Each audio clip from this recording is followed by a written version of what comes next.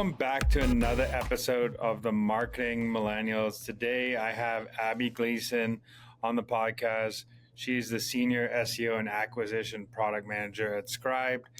We're going to talk everything SEO today. I know SEO is a crazy topic right now with Quora, Reddit, AI, and Abby's going to dig into all that. But I want to first start asking Abby, how did you get into marketing?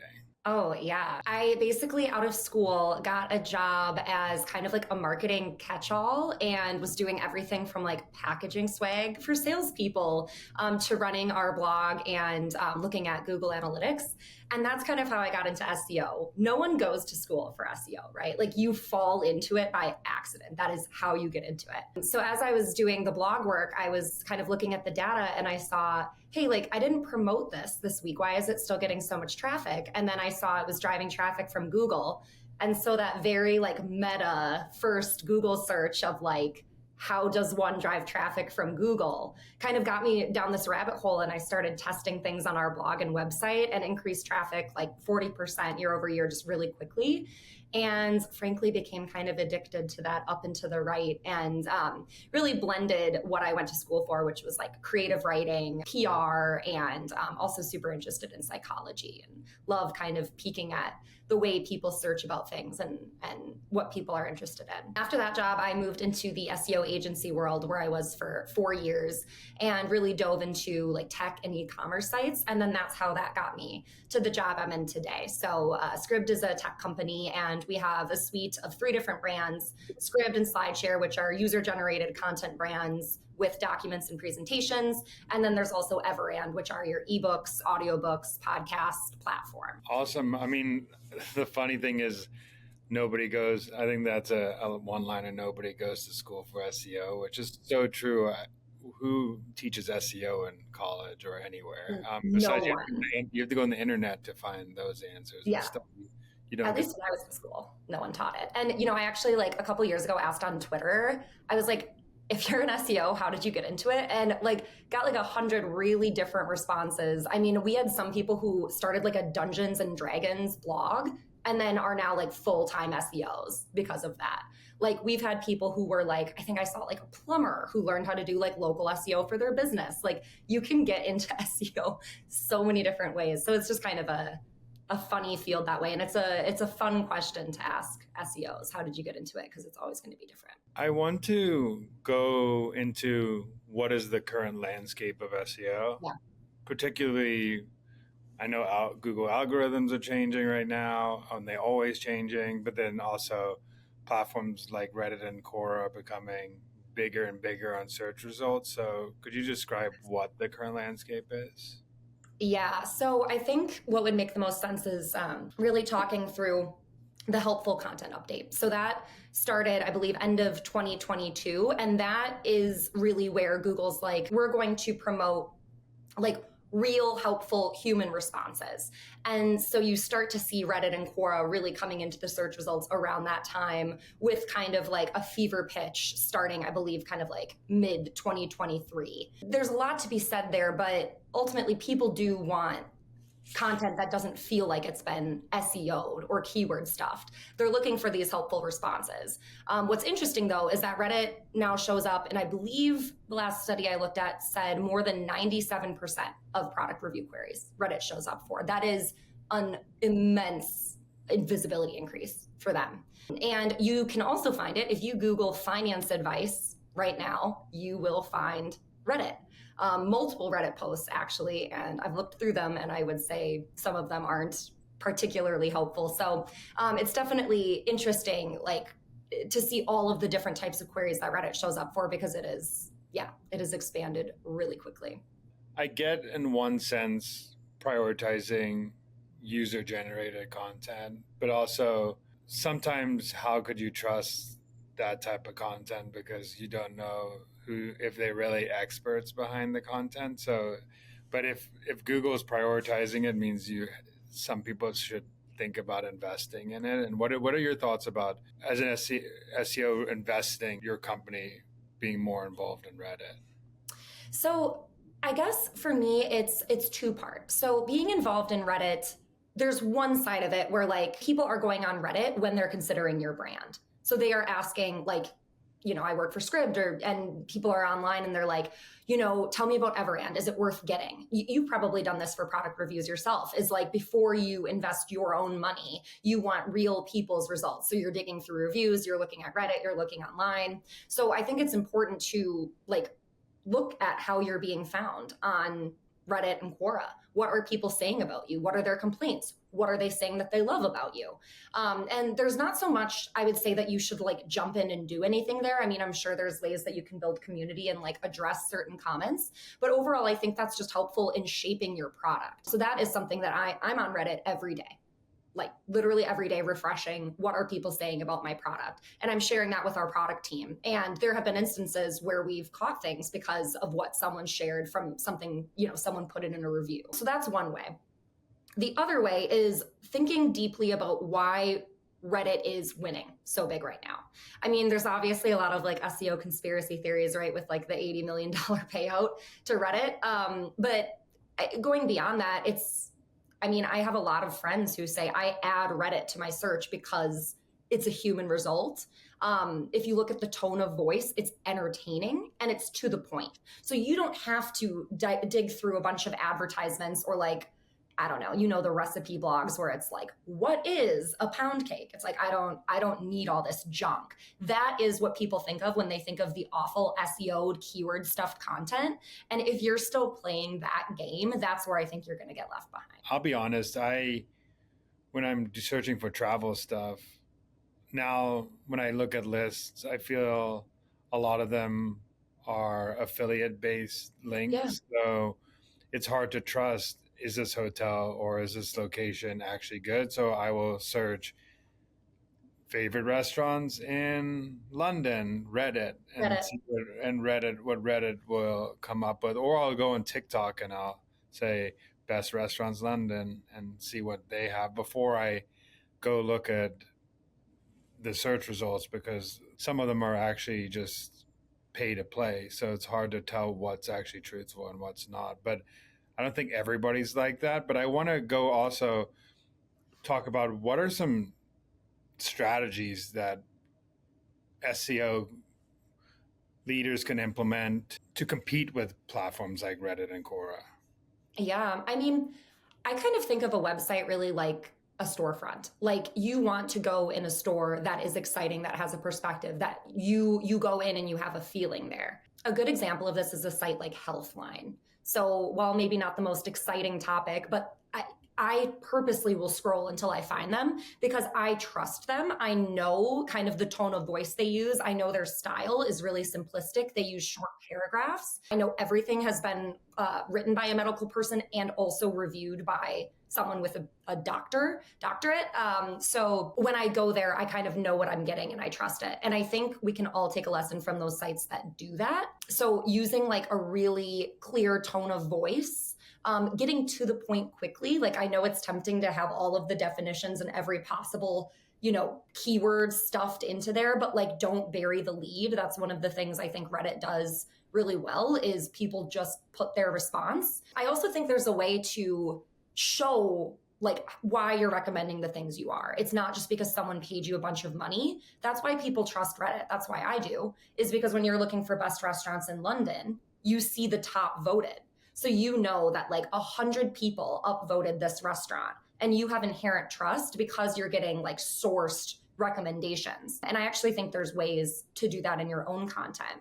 For example, on a health website that I worked on, when I was agency side, we sourced ideas from their own Facebook. So we would ask the question that we were writing about. We'd usually get like 100+ responses and we would copy paste and cite that person's response within the article. And that did really well. We got a lot of feedback that it was helpful and it felt very human, like they could trust what we were saying, because ultimately the people going through those health crises were the experts. So those are just a few examples of things that I think you can do. But going beyond like how you can improve your site, like at the end of the day, like if Google's putting Reddit and Quora and AI overviews above your content, you're gonna lose traffic. So I think you also need to pivot to looking at like other distribution platforms. Are you building an audience of people that trust your brand via email, social? You mentioned TikTok. Like, are you also showing up there? So I think those are a few things that I would definitely like start with to kind of make your site stand out. Yeah, I think that's actually a great advice because I think a lot of people view search engine optimization as just your website, but there's so many now different places where you can optimize for search. Like you said, TikTok, social, Reddit, all these different places where you can optimize to get yourself on the top. For example, if you have a great LinkedIn post, it could be one of the number one search things. And if you're one of your founders or someone in your company is writing about something interesting and is getting attention on LinkedIn, it could be the number one search result there. So, Oh, absolutely. And so do you follow Carrie Rose by chance from Rise at 7? no, but I need to now. You need to. Anyone listening, you need to follow Carrie Rose. She's doing some of the most creative, like PR, SEO work out there. And she had a really good example recently where a client came to her, they wanted to rank for a term. And she was like, we can get you there on Google search, but it will literally probably take, I think she said like 12 months or 18 months, which is realistic to gain the authority for a super competitive term. She said, but look at TikTok. This is how many searches this term gets on TikTok, and we can get you there in 6 weeks. And she did.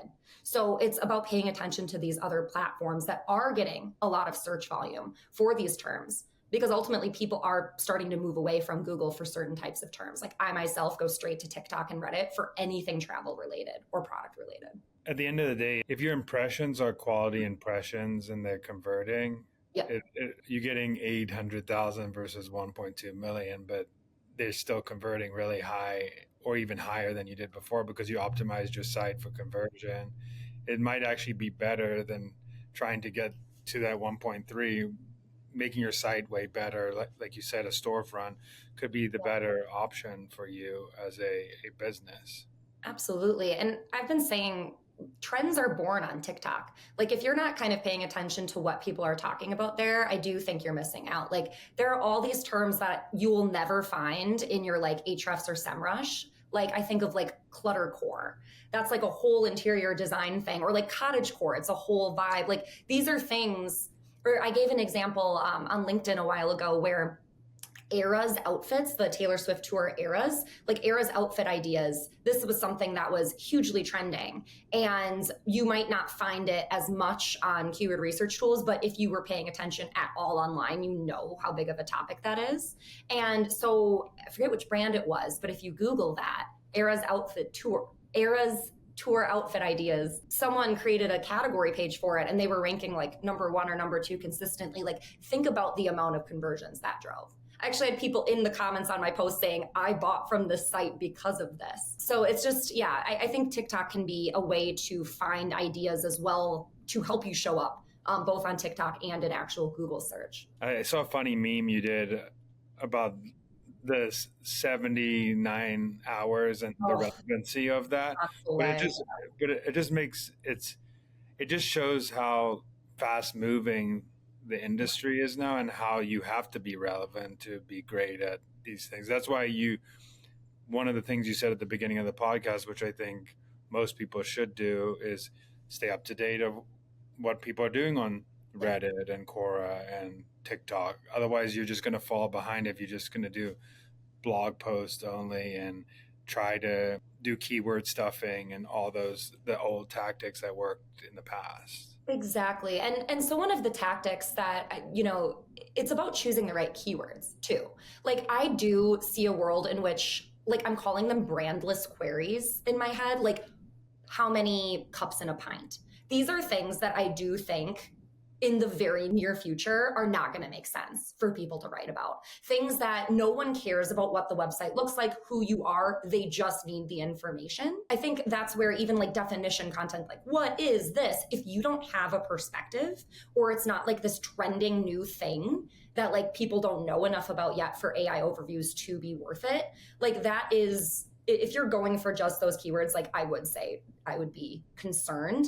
But that's why me and my team, like the editorial team, we're always looking at TikTok to find like these new terms. Like I even think we write about books. So like spicy books, like that was a term that was big, has started to be big for the last couple years. But this is something that maybe like AI overview or a generic article wouldn't cover. So it's also about picking topics that like actually do require like an opinion and a tone of voice and a perspective. It's just like when you go into a great bookstore and now they have popular books on TikTok, which is super smart to do because people see that as a place of authority now because it's authentic content that people are putting out. But which leads me to one of the biggest threats right now to SEO is AI and AI content. And it's becoming more and more prevalent now and everybody's talking about it. Everybody's putting it in their site.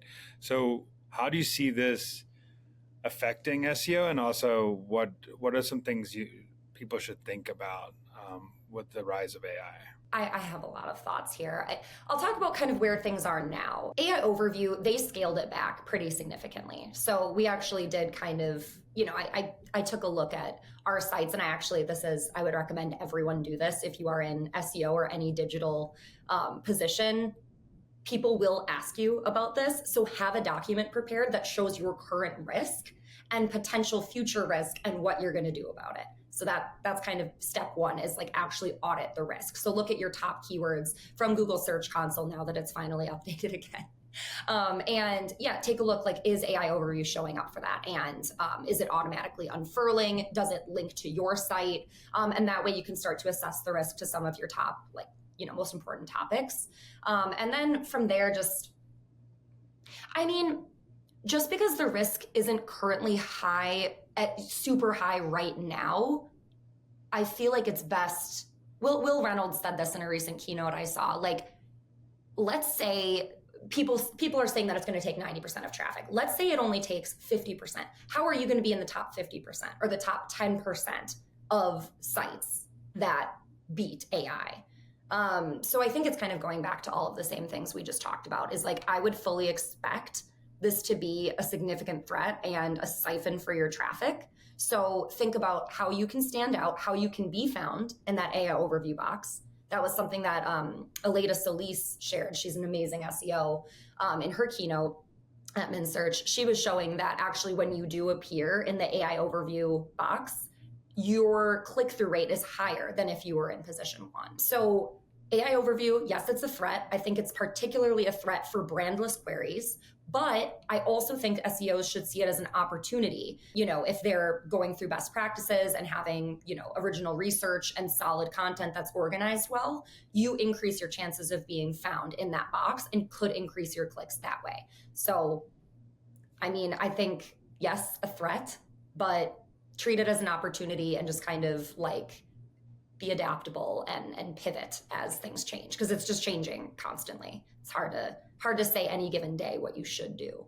Also, I'm wondering, what is your thoughts on how people are using AI to create multiple articles on their site to rank more? What is your opinion on that? My opinion is AI is only as good as the content that it's learning from. So like, what's going to happen is, if everyone's creating AI content, then the AI content learns from other AI content, and then you're just spewing robotic sentences. I would also say, like, yes, AI can be quite good, but there are certain topics where I don't know about you, Daniel, but like, now whenever I go on a site, I am like, in the back of my mind, I'm subconsciously checking if it's AI. Like, there's little tells, there's certain words that it loves to use.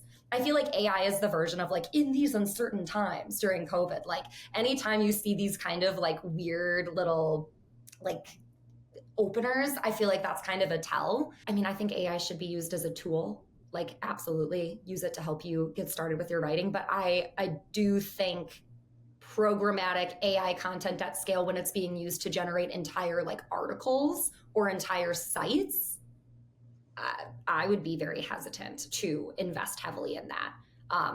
Versus I do think it might be helpful. Let's say you're creating like category page content, things that don't need that strong of a perspective. I think AI could be helpful in a starting point, like there. It's funny because we have on the one side people scaling up AI content. And then we're also talking about on the other side how Google is prioritizing these user generated responses, Yeah. what people are actually saying, what people are actually upvoting. So Yeah. you could tell that, and Google wouldn't prioritize that unless people actually wanted that, and people Yeah. do want these authentic responses now. So I think it is a telltale sign that you need to make your storefront have that feel of user generated content, make it feel like a human is on that site, not just because, to be honest, 10 years ago I would go read a blog from a company. Now I'm going to look at a newsletter or a podcast or a TikTok. I'm not looking at a blog unless it's from a Healthline or something like that, Yeah. or Really true. Forbes luxury travel, or something where it's very trusted and they make good recommendations. I'm not going to go look at a blog because it seems best practicey, if that makes sense. Oh, yeah. The 10 best ways to, I mean, it's just like copycat content over and over. But kind of to that point, like, I think of travel as such a good example of this. I will say right now, I feel like it's a hard time being a searcher for certain types of topics like travel because you have two options. You can go on Google search and either find Reddit when Reddit's fine, but it's not like necessarily like visual or pretty to look at, or you can look at a site that's littered with affiliate links and you're like, I don't trust that the Four Seasons, here is necessarily the right place to stay. I bet they're paying you the most. Or you can go to ChatGPT and it'll streamline the process for you, but it's soulless. It is just a word prison in there. Like when I was trying to plan my Mexico City trip, I just did this. Like I was trying to find the best ways, and it was actually very hard. TikTok was really the way that I TikTok and Friends was how I found this, because it provided that exciting visual experience. Because I want to get excited about searching. I'm in Explorer mode. That's what a lot of people are doing when they're searching for these top of funnel queries, is we're like, Mexico City trip ideas. Like, I want to be inspired. I want to see pictures of lucha libre and enchiladas. Like, I don't just need a list of words. So in my opinion, I think the sites that will create a brand around providing the experience of being concise, trustworthy, and like create kind of an exciting experience, like those are the sites that are going to convert. So I am going to sign up to your newsletter. I am going to sign up to the podcast, as you said. I'm going to follow you on TikTok because now I trust you. But it does take work, and I mean, I recognize that it's not easy. It's not supposed to be. It's funny because it's also making people want to go back to experts, because it's like going full cycle. For me, the research used to be really fun. Now it's overwhelming because I can't tell. For example, Greece being overcrowded by people. So now I want to go ask people who've been there or a travel agent, which used to be the trend a long time ago. As people still use them today, but now travel agents are becoming bigger and bigger on TikTok and these platforms because they can give expert recommendation and they're a trustworthy source and people want to go to them, and then cuts through the clutter of all these crazy searches that are happening. The clutter. Exactly. And okay, what TikTok have you seen where it's like explaining like, what is Greece? Greece is a country. Like, you know what I mean? They're not giving you all this like kind of random information that you don't need for SEO. They are getting directly to the point because they know that's what's going to get people to engage.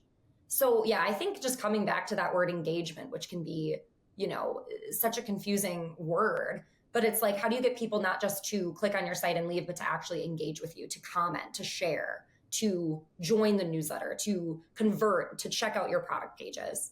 And so that's why I'm kind of, just another tip I wanted to share is lately I've been on my CRO game, more acronyms. You got SEO, CRO, but yeah, conversion rate optimization. Ultimately, I spoke at a conference a couple weeks ago, and I just talked to people, and pretty much everyone I spoke to has been losing traffic. And these are really, talented SEOs. So it's not them. It's the landscape.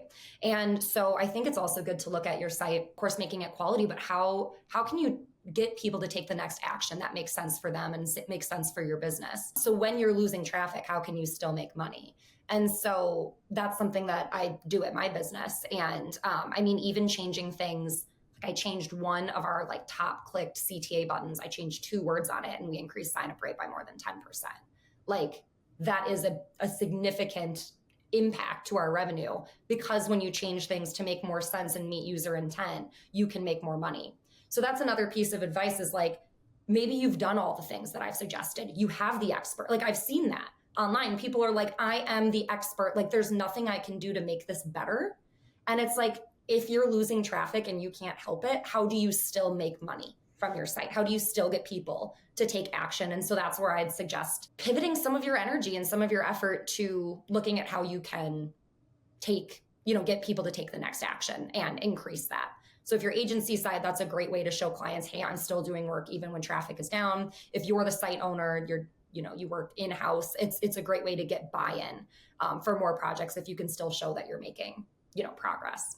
I think a lot of people underestimate actually bringing on an expert if you don't have one in-house, because content marketers are great. They're great, but they're not the best expert in a field. If you're a content marketer for, let's say, electrician companies and you've never been an electrician. Yes. So it might be better to bring on an evangelist who understands, who's been an electrician before, to help you create that content, or hire a journalist who is really great at finding information, getting information out. It's what I see a lot of is people just trying to put out a lot of content instead of focusing on the expert-driven content that people actually want these days. I know we talked about CRO and you talked a little bit. What are some other CRO tactics that you recommend people implementing to make that storefront,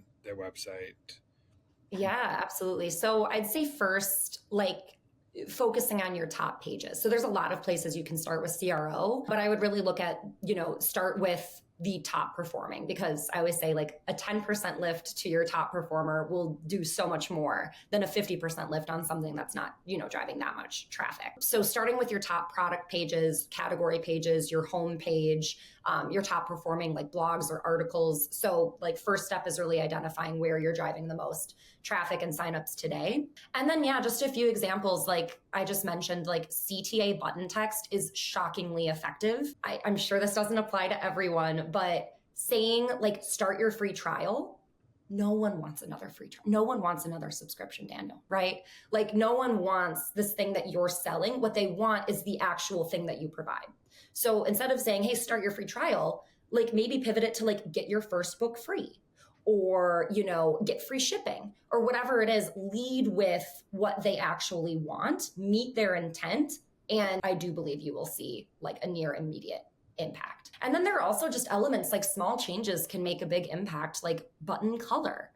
We tested a lot of different ones other than kind of a plain black CTA, and all of them, performed much better. So how can you make things more eye-catching, match your brand better? And all the way down to things like your site navigation. So elements that people regularly see and interact with, that is a great place that you should be putting your value proposition and your key actions. And if you're not doing that, it's a missed opportunity, because that's something that follows people everywhere they go on your site. So making sure that your navigation reflects what people most want to see on your site. So those are just, I could go on and on, but I'd say those are a few places definitely to start. And if you're not sure, interview someone, like even just get a friend to look at your site and be like, what questions do you have? Do you feel compelled to take this action? And if you do happen to have a user research team, I think it's absolutely worth doing some research about how people feel when they land on your site, and if what you're doing is clear and motivating. 2 more questions for you. One is, if you had your own magic ball, what do you think is the future of SEO? What are some predictions you have for the next year or two? What's going to happen in this space? I think AI overviews will get better and rapidly expand. So I don't think we should, be chilling on that. I think the future will be, instead of looking at how we can get featured snippets or rank number 1, it's going to be how can we get featured in the AI overview box. And I'm curious how much that will overlap with the practices already existing for like ranking number 1 or in a featured snippet. I have a hunch that it'll be pretty similar, but I've also seen sites that aren't even ranking in the top 10 show up in AI overviews occasionally. So I'm really curious to see kind of what guidelines Google might put out there about how to be featured and how to organize your information in that way. That's one thing that I fully expect to put my attention towards in the next year or two. I was just going to say the other thing just reflects so much of what we talked about today, which is SEO will not just be Google anymore. And it shouldn't be. If you're still thinking of SEO as Google, like that, we've got to move past that. SEO should involve other platforms, should involve TikTok, should involve even Reddit. So just, I'd say really the importance of focusing on these other platforms where there's less competition and sometimes equal or more search volume. I think you'll see brands really winning. And, teams like Carrie Rose's Rise at 7, like that's why they continue to succeed so much, is because they're exploring these other less traditional avenues and they're winning. Yeah, because if you even think about it, they're all these platforms have search engines inside of it. Mm-hmm. So even YouTube is a huge search engine that you can optimize for. TikTok, even these storefronts that if you're an e-commerce brand, me and my wife were at a dinner with someone who runs a skincare brand, and they were thinking about going to Amazon. So I searched their product on Amazon, and all these search terms for their product were coming up. And I was like, look, people are looking for your product on Amazon. This might be a sign that you should actually consider it because people are querying it. So it was pretty fun to just look at different places where you can show up and be present as a brand. Lastly is, what is a marketing hill you would die on? Mine is search still matters. And the phrase SEO is dead comes up. To me, I just kind of laugh. Like, SEO will not die until people stop searching. So the way people search is changing, will continue to change. The best SEOs pivot towards that. And that might mean, expanding what it means to be an SEO and where you play. And I kind of just want a great resource that would underscore a lot of this. Rand Fishkin recently published on SparkToro, I believe it's called, the 2024 zero-click search study that shows that despite people thinking like, oh, Google, people aren't searching on Google anymore, actually they're searching more than ever. And he includes a graph that shows people are not stopping searching on Google either. So I definitely think it's still very important to have, organic search be a channel that you pay attention to in addition to others. So yeah, that's my hill, is SEO is not dead and in fact is thriving. I think that's such a super good point, because just think about your own behavior. What's the first thing you do when you go on the internet? It's go in that search box and Google pops up. Even when you're searching a website, sometimes you just don't even know the website. You'll search the brand name. Every time you're searching is on mostly on Google search. So super good point. And lastly, where can people find you and what you're doing? Yeah, so I'm a LinkedIn girly, so absolutely hang out with me on LinkedIn, Abby Gleason. And if you could just include a note about that you heard me on the podcast, then I'll definitely connect. Because Daniel, I'm sure there'd be spam. So yeah, just if you add a note, I'll definitely connect. And then also Twitter. I'm not going to call it X because I'm on strike from that, but find me on Twitter.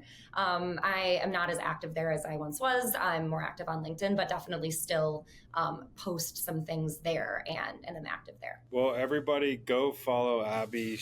This has been super insightful, super great to chat about SEO, and I learned a lot. I'm not the best at SEO, so it's good to hear from an expert like you. So thank you so much for coming on. Thanks so much for having me, Daniel. This was fun.